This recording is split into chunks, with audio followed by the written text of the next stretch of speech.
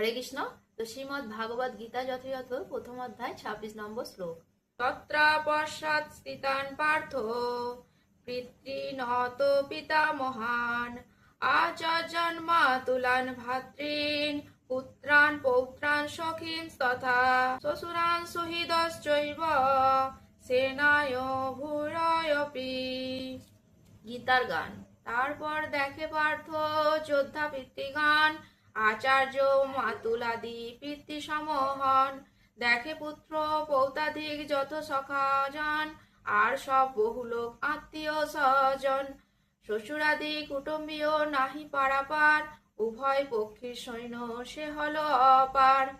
অনুবাদ। তখন অর্জুন উভয় পক্ষের সেনাদলের মধ্যে কর্তব্য পিতামহ, আচার্য, মাতুল, ভ্রাতা, পুত্র, পৌত্র, শ্বশুর, মিত্র ও শুভাকাঙ্ক্ষীদের উপস্থিত দেখতে পেলেন।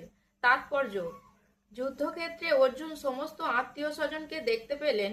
তিনি ভূরিশ্রবা আদি পিতৃ বন্ধুদের দেখলেন, ভীষ্মদেব, সোমদত্ত আদি পিতামহদের দেখলেন, দ্রোণাচার্য, কৃপাচার্য আদি শিক্ষাগুরুদের দেখলেন, শল্য, শকুনি আদি মাতুলদের দেখলেন, দুর্যোধন আদি ভাইদের দেখলেন, পুত্রতুল্য লক্ষণকে দেখলেন, অশ্বত্থামার মতো বন্ধুকে দেখলেন, কৃতবর্মার মতো শুভাকাঙ্ক্ষীকে দেখলেন।